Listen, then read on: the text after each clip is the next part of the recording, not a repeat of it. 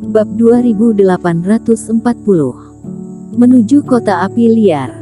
Benda ini aku buat secara khusus. Sekalipun jaraknya ribuan mil, dia dapat mengirimkan transmisi suara. Namun, dalam 100 tahun, kedua belah pihak hanya dapat mengirimkannya satu kali. Jadi jika slip giok tidak berfungsi, dan kamu ada hal penting, bisa gunakan benda ini, Daddy Fu berkata. Aku mengerti. Eric Kin menyimpan slip giok dan burung perunggu, merasa sedikit enggan untuk berpisah.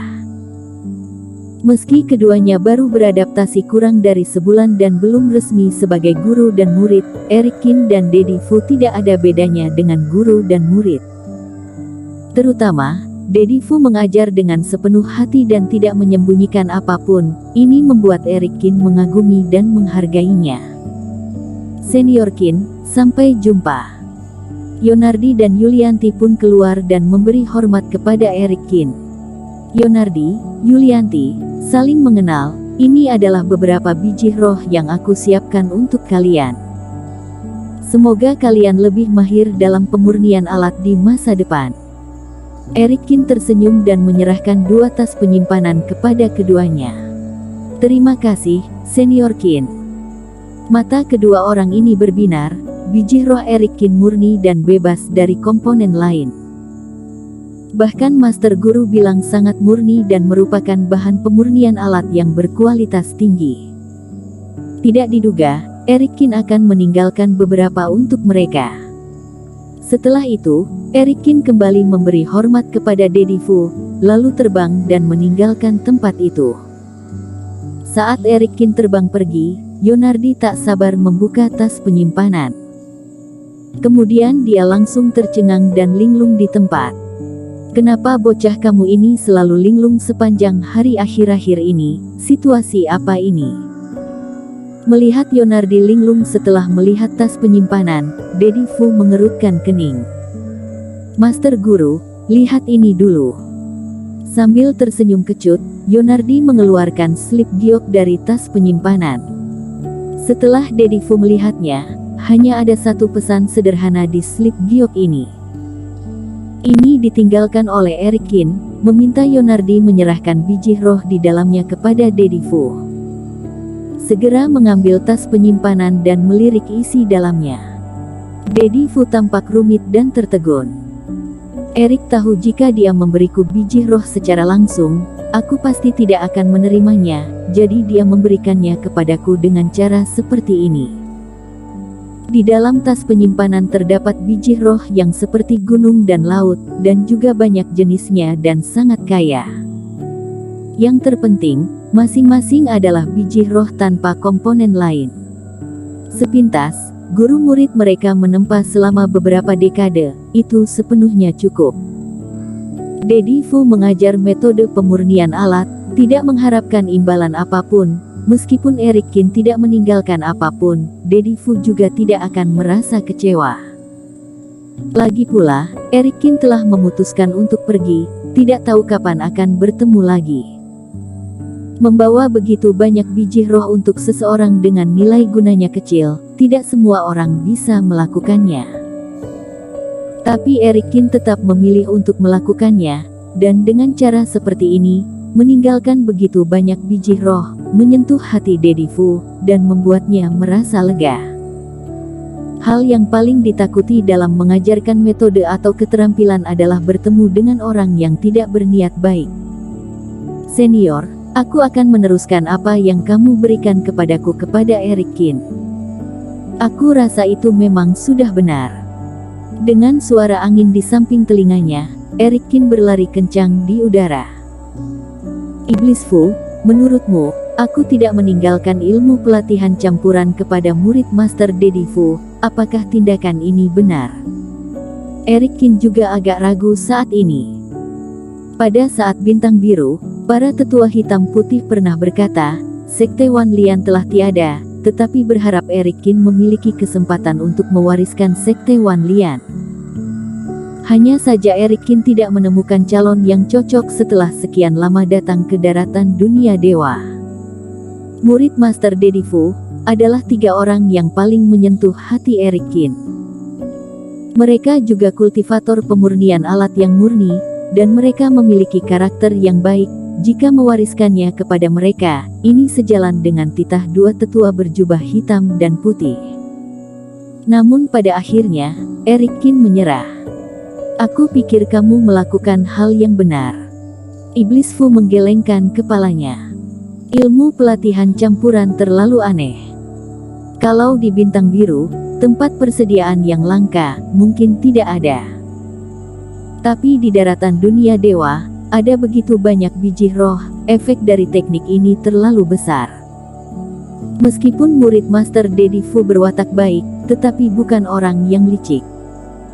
Begitu ilmu sihir ini diketahui orang luar, konsekuensi bagi guru dan murid mereka mungkin akan sangat tragis. Aku juga khawatir dengan hal ini. Erikkin menghela nafas.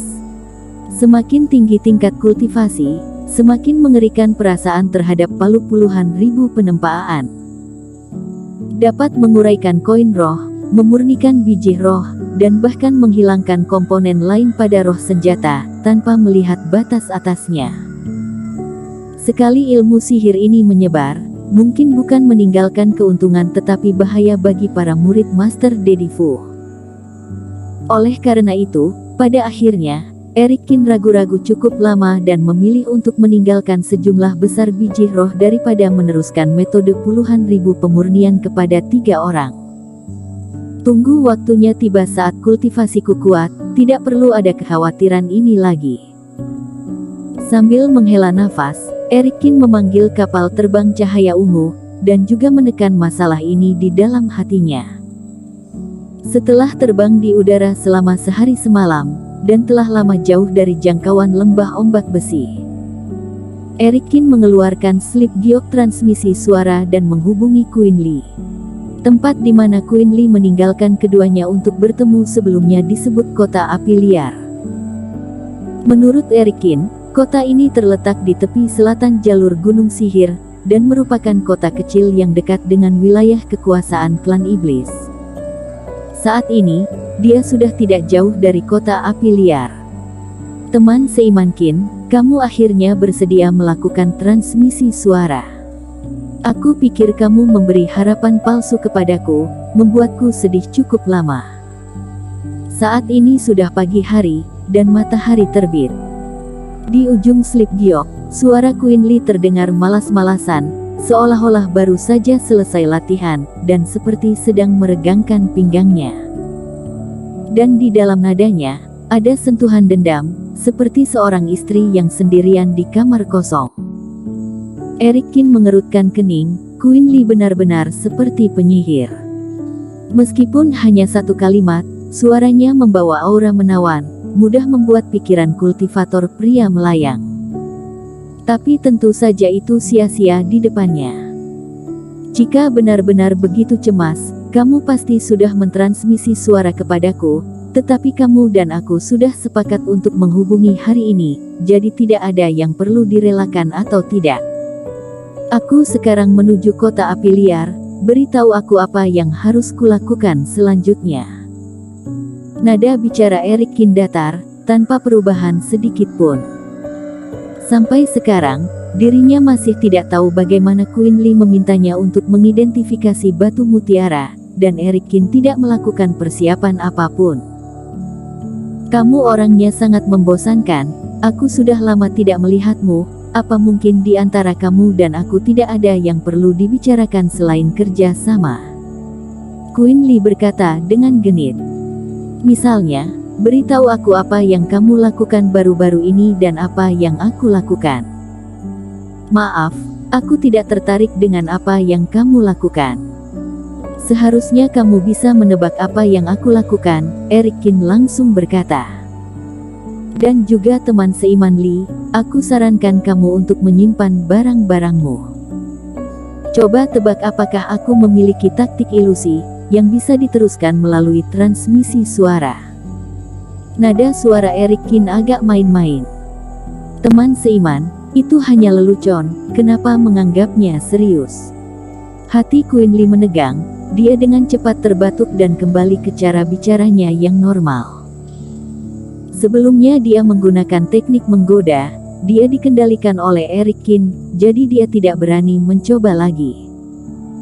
Di pihak sekte beruang darah, Sando Siong tiba-tiba mengumumkan ingin bertapa, dan waktunya 1 bulan. Aku tebak kamu yang memberinya pelajaran, kan? Queen Lee berkata.